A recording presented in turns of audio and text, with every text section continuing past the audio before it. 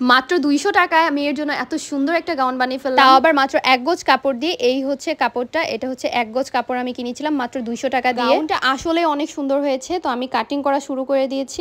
এটা হচ্ছে নিচে আমি সমানই রাখবো আর উপর দিয়ে হচ্ছে আমি সুন্দর মতো ডিজাইন করব। অনেকেই বলবে আপু কোথা থেকে এই গজ কাপড়গুলো কিনছো? এটা হচ্ছে আমি নিউ মার্কেট থেকে এই গজ কাপড়টা কিনেছি। এটা হচ্ছে টিস্যুর উপরে কাজ করা। একটু বলে নেই, কয়েকদিন ধরে আমার চুল অনেক পড়তেছিল, তো এক সপ্তাহ ধরে আমি এই অয়েলটা ব্যবহার করতেছি। অনেক ভালো রেজাল্ট পেয়েছি গাইস, তোমাদের সাথে শেয়ার না করলেই তো নয়। এই সিক্রেট রোজবেরি অয়েলটা আমি আমার চুলের গোড়াতে দিয়ে অনেকটা টাইম ধরে ম্যাসাজ করি, বিশেষ করে রাত্রে ব্যবহার করি, সকালবেলা ওয়াশ করে ফেলি। আমার চুল পড়া অনেকটা কমে গিয়েছে, নতুন চুল গজিয়েছে। এটা তোমরা পেয়ে যাবে ভ্যালোরা পেজে, পেজের লিংক আমি ডিসক্রিপশনে দিয়ে দিব। অয়েলটা এত ভালো, এটার মধ্যে আছে রোজ অয়েল, টি ট্রি অয়েল, কুমকুম সিড অয়েল, ল্যাভেন্ডার অয়েল, যা গোড়া থেকে আমাদের চুলকে মজবুত করে, চুল পড়া বন্ধ করে, নতুন চুল গজাতে অনেক হেল্প করে। তাই আর দেরি না করে এখনই অর্ডার করে ফেলো, পেজের লিংক ডিসক্রিপশনে দেওয়া আছে। তো এখানে আমি হাতাটা যেভাবে দিয়েছি তোমাদেরকে দেখাচ্ছি। এখানে হচ্ছে আমার কাছে টুকরা কিছু রেড কালার কাপড় ছিল, ওইটা দিয়ে হচ্ছে আমি হাতা প্লাস হচ্ছে বুকের এখানে ডিজাইনটা দিয়ে দিয়েছি। ডিজাইনটা খুবই সুন্দর, দুই সাইড দিয়ে হচ্ছে আমি কুচি কুচি করে দিয়েছি। এই দেখো এইভাবে হচ্ছে হাতাটা সুন্দর মতো আমি অ্যাটাচ করে দিয়েছি। পেটের এইখানেও আমি সুন্দর করে কিন্তু ডিজাইনটা করে দিয়েছি।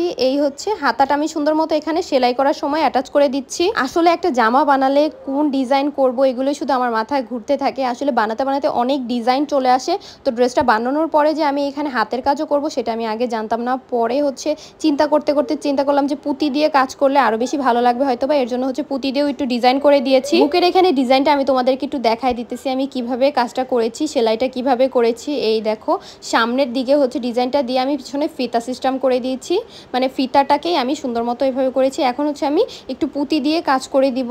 তোমরা যারা পুঁতির কাজ ভালো পারো, আমি এত ভালো পারি না, আমি মোটামুটি পারি। এরপর হচ্ছে আমি একটু বো বানিয়ে দিয়েছি। এই দেখো সুন্দর মতো, আমি এত ভালো বো বানাতে পারি না, যতটুকু পেরেছি বানাইছি। এরপর অল্প অল্প করে ছিটা ছিটা করে এই চুমকিগুলা বসাই দিয়েছি। এই চুমকিগুলো আমি নিছি হচ্ছে ঝিনুক পেজ থেকে, তোমরা চাইলে ঝিনুক পেজ থেকে নিয়ে নিতে পারো।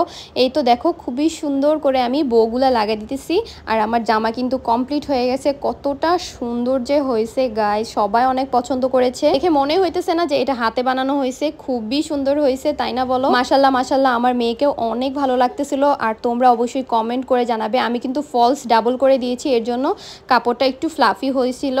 আর এটা যেহেতু টিস্যু কাপড়, এর জন্য হচ্ছে দেখতে অনেকটা ঘের লাগতেছে, বাট এখানে মাত্র এক গজ কাপড়ের ঘের, খুবই সুন্দর হয়েছে। তোমাদের কাছে কেমন লেগেছে অবশ্যই কিন্তু তোমরা কমেন্ট করে জানাতে ভুলবে না। এক গজ কাপড় দিয়েও যে এত সুন্দর জামা বানানো যায় সেটা তোমরা আজকে দেখে রাখো, তোমরাও কিন্তু বানায় ফেলতে পারবে। সিম্পলের মধ্যে খুব সুন্দর। আর যারা যারা আমার পেজে নতুন দেখতেছো তারা অবশ্যই একটি লাইক কমেন্ট শেয়ার করে রাখবে, আর আমার পেজে ফলো দিয়ে রাখবে যেন আরো সুন্দর সুন্দর নতুন ভিডিও আসে।